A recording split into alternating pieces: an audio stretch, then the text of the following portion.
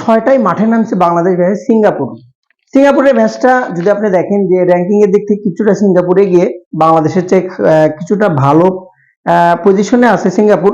But আপনি যদি বাংলাদেশের বর্তমান খেলা দেখেন, যদিও তারা লাস্ট ম্যাচটা 3-0 হারছে, বাট ওই টিমের সাথে ভিয়েতনামের সাথে যে 3-0 হারা, এটাও কিন্তু অনেক কিছু। কারণ অন্তত 5-6টা গোল আমি ধরে রাখছিলাম, কিছু না হলে ফাইট দিলে অন্তত যদি নাও জিততে পারতো 2 গোলে হারতো বা 3 গোলে হারাও বাংলাদেশের জন্য ভালো। কারণ ভিয়েতনাম যে পরিমাণ শক্তিশালী টিম, সেদিক থেকে সিঙ্গাপুর অনেকটা পিছিয়ে। আশা করছি যেহেতু তাদের মাঠে খেলা, সিঙ্গাপুরে খেলাটা হবে, হামজা চৌধুরী, সমিত সোম এবং আদার্স যারা আছে বাংলাদেশের প্লেয়ার টোটালি যারা আছে, আজকে যে একাদশটা হবে টোটালি যেটা বোঝা যাচ্ছে, অবশ্যই শক্তিশালী একাদশ নিয়ে মাঠে নামবে বাংলাদেশ।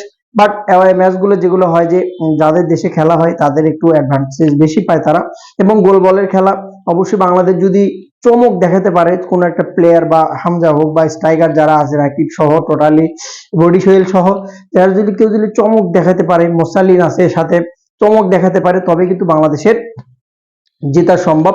নয়তো সিঙ্গাপুরের মাঠে অনেকটা শক্তিশালী, যেটা সন্ধ্যা 6:30 অবশ্যই সিঙ্গাপুরের মাঠে দেখার আমন্ত্রণ রইল। বাংলাদেশ বনাম সিঙ্গাপুর, যেখানে খেলবে সমিত সোম, হামজা চৌধুরী সহ একাধিক বাংলাদেশ ফুটবল স্টার, অবশ্যই দেখার আমন্ত্রণ রইল। রেজাল্ট কি আসে অবশ্যই জানানোর চেষ্টা করব। সাথেই থাকুন, পেজটি ভালো লাগে অবশ্যই ফলো করুন।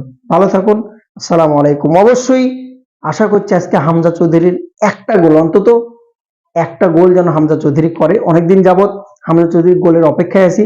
অবশ্যই কিন্তু আজকে যেন হামজা চৌধুরী একটা গোল করে, এই আশা এই কামনায় ব্যক্ত করছি। ভালো থাকুন।